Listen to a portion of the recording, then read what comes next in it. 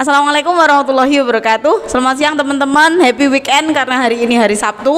Tapi kita masih masuk kalau teman-teman yang 5 hari sekolah, misalkan yang di kota-kota biasanya ya sekolahan-sekolahan besar. Terus teman-teman yang kerjanya cuma 5 hari ini sudah libur. Tapi kita semua di sini masih berkegiatan di sekolah karena kita akan membahas segudang prestasi yang masih hangat yang baru-baru ini dicapai sama anak-anak, kemudian dibina oleh guru muda yang berprestasi, kebanggaan kita bersama ya Pak ya. Ini di sini di tangan saya juga begitu banyak piagam di sini yang masih hangat di tahun 2022 ini, juga ada beberapa piala yang diraih sama anak-anak. Yang saya pegang ini diantaranya ada piagam penghargaan yang diraih oleh Mbak Listiana dari juara 3 SMK Sederajat senam ritmik alat gada putri, kemudian Mbak Nia Merliana juara 2 senam ritmik juga, dan lain-lain. Ini kalau dibaca semua nanti nggak selesai-selesai, kita nggak jadi ngobrol-ngobrolnya ya. Di sini di sebelah saya ada Pak Ahmad Rianto sebagai guru olahraga yang berprestasi, kebanggaan kita bersama. Tepuk tangan.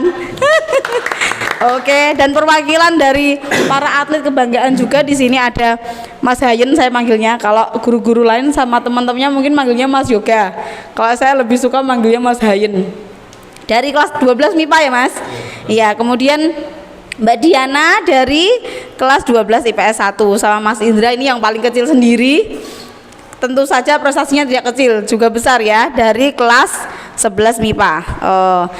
Pak Rianto di sini mulai dari tahun berapa Pak? Mungkin bisa memperkenalkan diri jadi teman-teman bisa mengetahui keberadaan Bapak. Oke. Terima kasih Bu Isna ini. Berarti pertama kali mengajar sekolah ya? Iya. Oke. Untuk pertama kali saya mengajar di SMA Islam Tuan Sakolangu yaitu sekitar tahun 2016 ya. Juli juga Pak? Juli ya, awal tahun ajaran baru ya. Sebelumnya itu kan saya pernah juga mengajar di MI ya, MI Muhammadiyah Wonorejo Logowungu, karena beberapa hal yang mungkin jarak juga yang jauh. Mumpung kemarin pun juga ada lowongan di sini, kebetulan saya berminat dan saya memberikan lamaran kepada yayasan dan alhamdulillah dapat panggilan juga kan gitu. Dari tahun 2016 benar. Alhamdulillah sampai sekarang juga banyak prestasi yang sudah diraih ya atas bimbingan Pak Rian. Ini ada beberapa hal yang mau saya tanyakan Pak Rian. Yang pertama, sejak kapan Bapak meminati bidang olahraga dan bela diri ini khususnya? Oke, terima kasih Bu Isna ini. Untuk hobi ya, hobi olahraga itu kan memang tidak lepas dari anak laki-laki ya, memang tidak lepas dari anak laki-laki. Kalau hobi olahraga yang pertama itu emang sejak kecil, yang pertama sepak bola. Karena memang tempat kelahiran saya itu kan basicnya sepak bola, tadi tidak lepas dengan sepak bola. Tapi sekitar menginjak sekitar anak SMA ya, sekitar usia ya 14 tahunan lah ya, 15 tahun. Itu saya di sana juga mengikuti ekstrakurikuler pencak silat, khususnya tapak suci. Dulu saya juga alumni SMA Muhammadiyah. Di sana itu ada ekstrakurikuler tapak suci dan saya kelihatannya tertarik di sana dan menggeluti dan apa itu istilahnya, menekuni lah ya.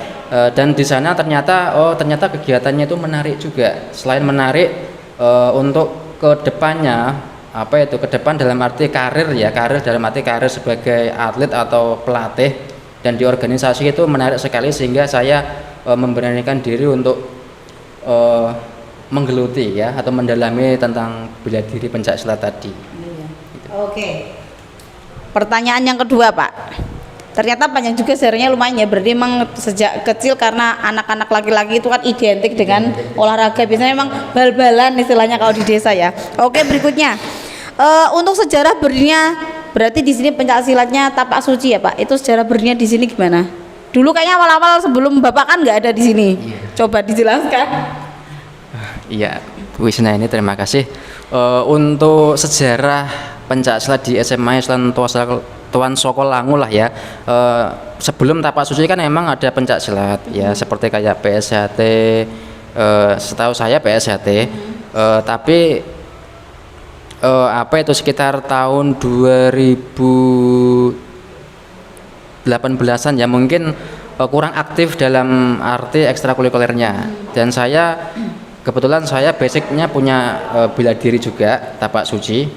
Dan kemarin pun saya juga ngobrol sama Bapak Kepala Sekolah, Bapak Paseman, kaitan Pak, ekstrakurikuler pencak silatnya kok nggak aktif, ini gimana kan gitu. Saya tanyakan kepada Kepala Sekolah dan saya memberanikan diri untuk bertanya, misalkan pencak silatnya saya yang melatih, handle gimana Pak kan gitu kan.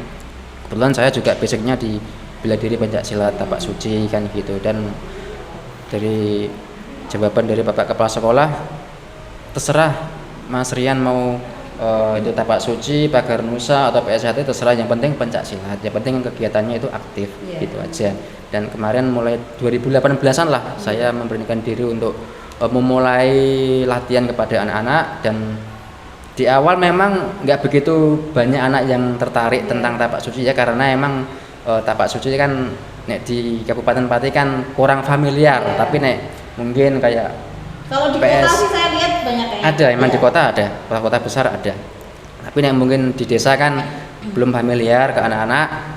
PSHT, PN pagar nusa itu kan memang familiar anak-anak kan gitu kan. Walaupun tidak banyak anak yang ikut, tetapi alhamdulillah di tahun pertama itu ada beberapa anak, ya mungkin tidak ada 10-an lah ya, tapi anak tersebut memang konsisten dalam latihan dan dia punya keinginan untuk mengembangkan pencak silat khususnya di SMA Islam Tuan Sawolangu. Dan alhamdulillah di awal pertama itu ada event di mana itu di Popda Kabupaten Pati. Kebetulan yang latihan itu gabungan, ada anak PSHT sama anak pagar nusa dan anak tapak suci. Dan kebetulan masing-masing ada 3 anak ya, ada 3 anak, 1 PSHT, 1 PN dan 1 tapak suci. Untuk seleksi Popda itu memang masih belum lolos, masih belum lolos, tapi ya di awal masih belum lolos karena mungkin kita yang apa itu persiapannya yang kurang kan gitu kan. Tapi di beberapa bulan ada event di Blora, itu alhamdulillah anak tersebut saya kirim lagi di event Blora Championship 1 tahun sekitar tahun 2019 itu alhamdulillah dapat 1 perak 2 perunggu ya. Saya ingat itu anaknya itu yang juara 2 itu Mas Deni Asrul dari tapak suci, dan yang juara 3 itu Mas Agung juga sama Mbak Wal Atfi ya, juara 3 kemarin itu. Sama Mbak Iis juga, Mbak Iis dari PSHT yang kakinya sempat sakit ketika kejuaraan kemarin ya. Itu. Alhamdulillah ya Pak, kayaknya animo anak-anak juga makin kesini makin ramai, sepertinya piala yang dibawa pulang, piagam, medalinya juga banyak ya. Kemudian berikutnya ini motivasi Bapak sebagai guru olahraga untuk mengembangkan kemampuan anak-anak di bidang olahraga di sekolah kita ini apa? Motivasinya? Untuk motivasi yang terpenting di dalam diri saya itu punya prinsip bahwa kegiatan olahraga itu kan kegiatan yang banyak disenangi oleh anak ya, khususnya oleh anak. Jadi andai kata emang anak tersebut punya bakat, harapan saya itu beliau itu mau mengembangkan ya, mau menekuni ya. Ini saya ambil contoh misalkan di pencak silat Mbak, di pencak silat di tapak suci sendiri, kalau boleh tahu sebenarnya program kami itu banyak apa ya, banyak beasiswa, dalam arti beasiswa kuliah. Andai kata anak tersebut memang tekun di tapak suci ya, sampai mungkin nanti ke kader, itu nanti andai kata dia pengen melanjutkan kuliah dengan gratis, dari program kami siap merekomendasikan biaya free, gratis tanpa biaya ya. Dan kemarin pun banyak dari anak-anak Pati, anak-anak Kayen Sukolilo juga yang mencari beasiswa tersebut, karena kebetulan memang dia berprestasi tapi dia nggak punya biaya untuk kuliah ya.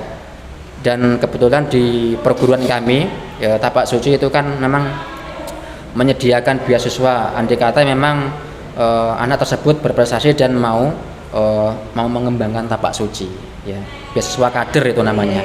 Jadi murni sampai lulus tanpa biaya, kecuali biaya hidup ditanggung sendiri biasanya itu ya. Tapi itu keren banget itu Pak. Kenapa? Udah lumayan banget. Ya emang lumayan banget ya nek di perguruan kami emang seperti itu ya.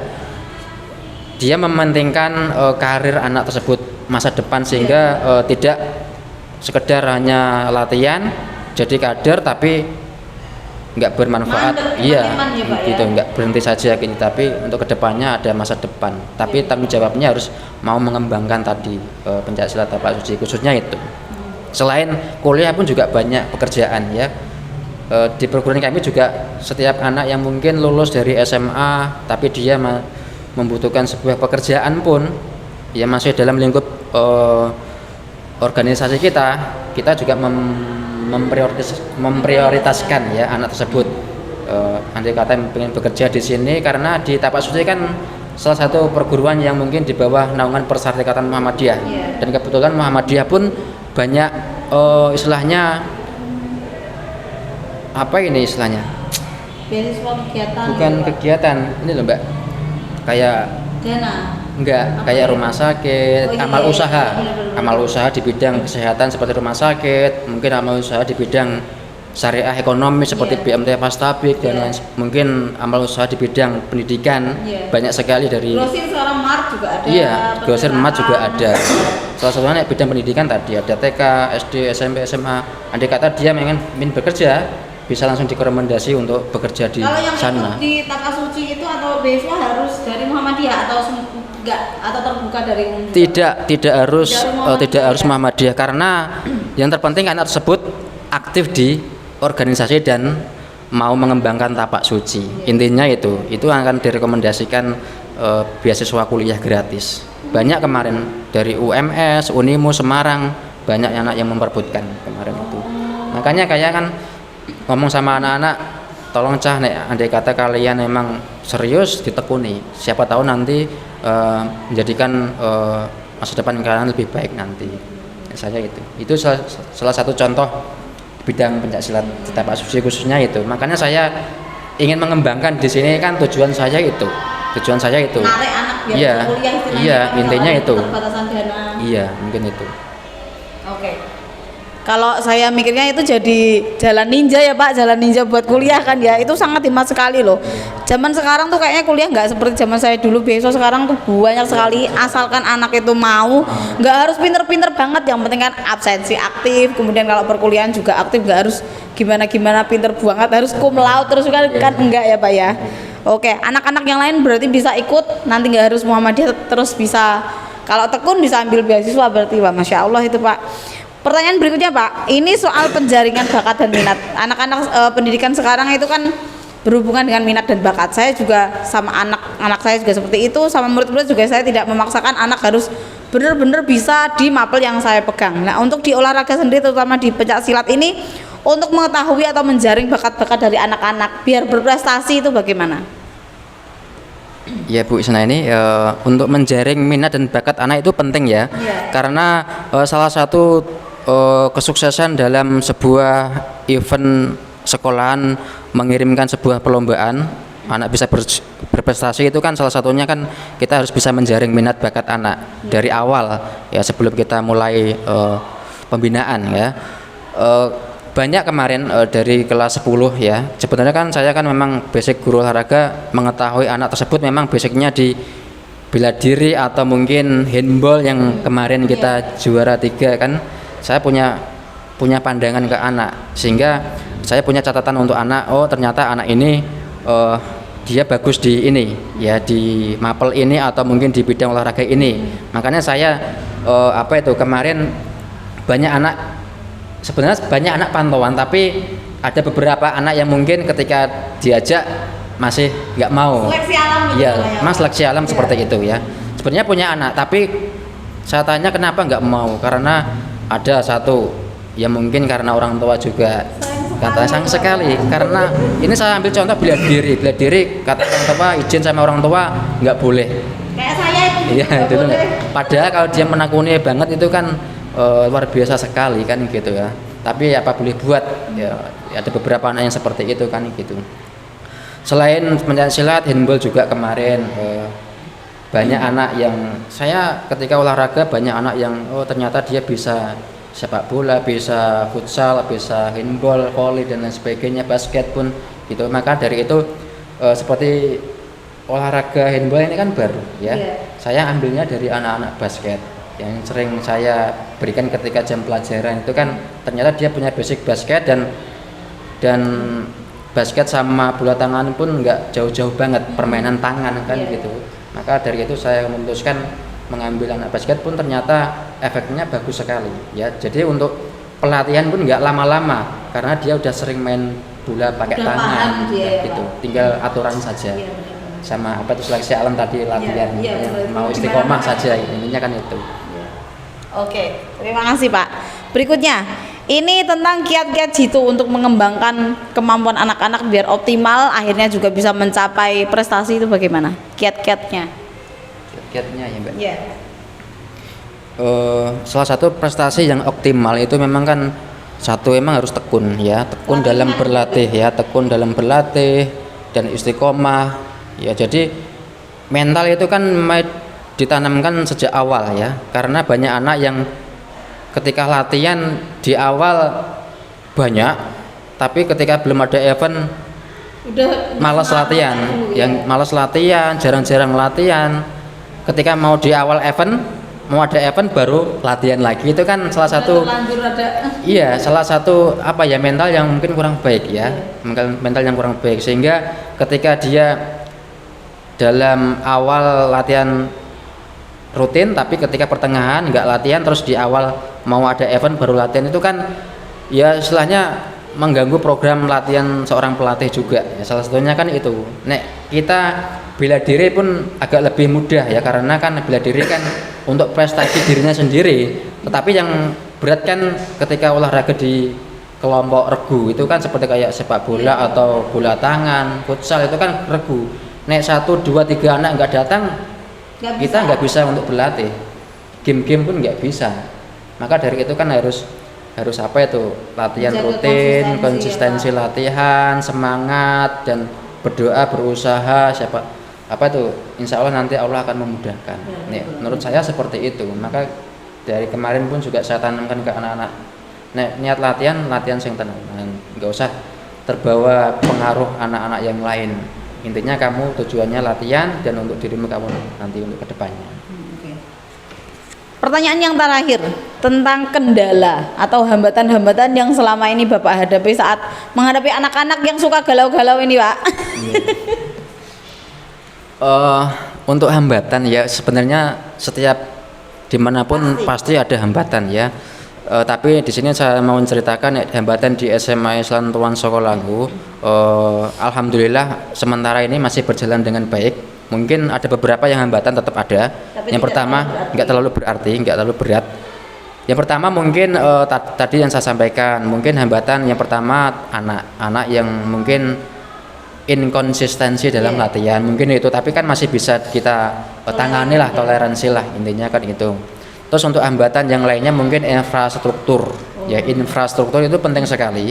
Ya, karena nanti itu bisa disampaikan ke pihak sekolah. Iya, siap. Nanti kemarin pun juga sudah ngomong-ngomong sama Sarapras dan Bu Wakasis ya, untuk apa itu? Mengakomodir ini ya. Ya, istilahnya untuk menunjang itulah, biar nanti biar berjalan dengan baik kan. Sarana prasarana itu memang penting ya.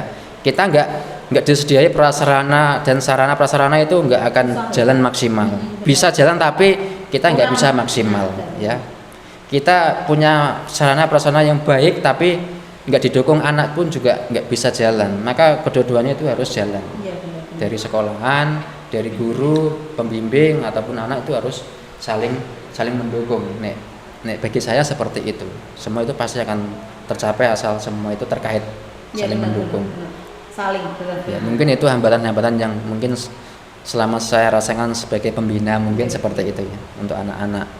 Tapi kemungkinan di SMA Islam Tuangku nggak jelek-jelek amat ya. Untuk sarana prasarana alhamdulillah di sini memadai lah ya. Walaupun kurang sebagus seperti di lain-lain, tapi alhamdulillah kalau kita untuk pengembangan anak insya Allah bagus. Masih di level ya. Masih bisa.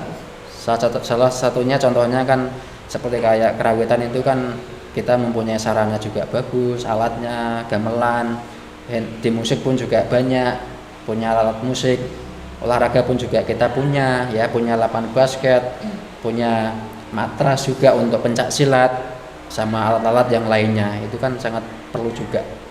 Ini menurut saya. Oke. Terima kasih Pak, tetap semangat, nanti semoga prestasi semakin banyak. Untuk pihak sekolah nanti terutama dari Sarpras, semoga semakin bisa menunjang kegiatan ini ya, fasilitas-fasilitasnya. Sekarang kita beralih ke anak-anak. Ini yang sudah dapat ini juara 3 putra Kejur Cup bola tangan Pati. Ini 2002 semua ya, masih hangat ya. Terus juara 2 sirkuit 2 Tapak Suci Putra Muhammadiyah. Yang terakhir juara 3 SMA SMK dan MA Putri Kejur Cup bola tangan Pati tahun 2002 juga. Ini dari Mbak Diana dulu, saya mau tanya yang pertama. Ini nanti pertanyaan dijawab bertiga berarti ya, gantian ya. Yang pertama alasan Mbak Diana pertama, nanti juga Mas Indra sama Mas Hayen memilih cabang bela diri, ada senam lantai, kemudian handball, tadi bela diri sendiri, itu dikembangkan dalam diri kalian kenapa? Yang cewek kenapa nggak nari-nari aja, nyanyi-nyanyi aja, apa menjahit atau apa, atau bagaimana? Silahkan, nanti dijawab bergantian. Silakan. Didekatkan. Niku apa ya?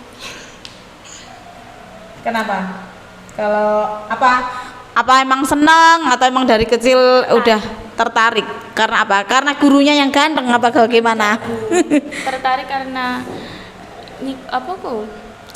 Badan kan nggak bisa lentur, tertarik dengan olahraga. Oh gitu, yang set gitu ya, langsung disikut, ditendang, disepak gitu ya Mbak. Langsung yang oke. Berikutnya Mas Indra, sudah jawabannya. Mas Indra bagaimana?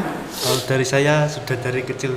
Oh dari kecil, oh berarti emang dari kapan itu Mas?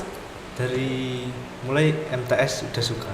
Oh, sama yang lain tapi sebelum itu belum Tapak Suci tapi udah suka ya?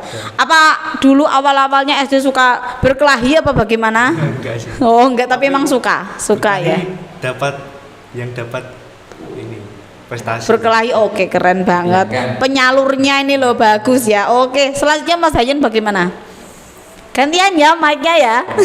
Ya untuk saya kan ini kemarin alhamdulillah, kalau untuk saya kan juara 3 handball ya. Yeah. Juara 3 sekabupaten. Untuk awalnya handball ya kurang minat sih. Untuk saya kan khususnya olahraga volley, tapi ya Paling iseng suka aja ya. yang paling suka. Yang suka ditekuni tuh volley tuh. Segi dari handball itu khususnya ya karena ada ekstra ya tarian.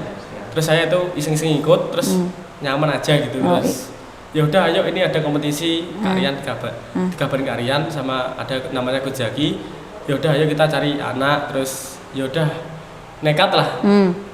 Ya kita persiapannya cukup singkat. Alhamdulillah oke lah, dapat juara 3 sekabupaten. Iseng-iseng nyaman berprestasi, Masya Allah ya. Nanti pesan saya seandainya bisa, kalau misalkan cari kerjaan itu yang berasal dari hobi. Jadi nanti pada saat kalian kerja itu biasanya kan nggak suka kan capek. Tapi kalau bekerja, tapi kerjanya itu hobi, menghasilkan, Masya Allah nggak capek. Dan pundi-pundinya datang karena sayang sama kerjanya tadi, gitu ya. Kemudian pertanyaan yang kedua, bergantian lagi, nanti terserah siapa yang mau jawab duluan. Berapa kali kalian latihan tiap minggunya? Setiap minggunya berapa kali? Saya dulu ya. Untuk ekstra handball biasanya tuh 1 minggu 3 kali, bisa 2 kali. Biasanya sih setelah pulang sekolah ya. Itu nanti untuk hari pertama dan kedua itu fisik ya, perlu itu untuk fisik. Itu untuk yang hari ketiga atau hari kedua ya, terakhir itu biasanya game untuk lapangan. Iya. Itu untuk saya. Mas Indra? Untuk saya 1 minggu itu 3 hari, dari Senin, Rabu, Sabtu, dari jam 2 sampai ya kurang lebih setengah 5. Lumayan ya. Lanjut Mbak Diana bagaimana? Berapa kali? Untuk saya latihannya seminggu 3 kali, dari Sabtu, Senin sama Rabu. Oh iya, oke. Untuk menjaga kesehatan terus biar terbiasa lentur gitu ya. Pertanyaan yang terakhir, bagaimana perasaanmu sekarang setelah meraih kejuaraan dengan berbagai hal yang sudah dicapai? Mbak Diana dulu mungkin. Sangat senang dan bangga. Bangga, Masya Allah ya, Alhamdulillah. Lanjut Mas Indra. Kalau dari saya belum cukup, karena kalau masih bisa dicari kenapa enggak. Wah, keren sekali, keren, semangat ya Dele. nggak gampang puas. Terus Mas Hayen? Ya untuk saya cukup kaget sih, bahagia juga kan. Padahal Awalnya iseng-iseng, ya, ya. dapat juara. Oke. Ya, tapi kan ini insya Allah ada lagi ya untuk bulan November ya. November itu ada lagi ya. Sekali lagi saya tekuni ya kalau bisa lebih dari inilah. Oh, ya. Kan ini Semoga amin ya Allah. Juara 3 nanti bulan November depan itu bisa juara 1 ataupun 2. Amin. Doa saya mengiringi, semoga dapat juara 1 semua nanti, amin ya. Amin. Oke, terima kasih hari ini speak-speaknya, semoga bermanfaat, kemudian bisa menginspirasi, motivasi teman-teman semua. Mari, jadi teman-teman bisa dengan adanya prestasi, ada begitu banyak ekstrakurikuler yang di sini. Mari teman-teman yang sekarang masih di luar atau adik-adik kelas yang mau melanjutkan ke SMA, silakan bergabung ke sekolah kita. Nanti kita akan berprestasi bersama. Terima kasih untuk hari ini, semoga sehat selalu. Happy weekend. Assalamualaikum warahmatullahi wabarakatuh.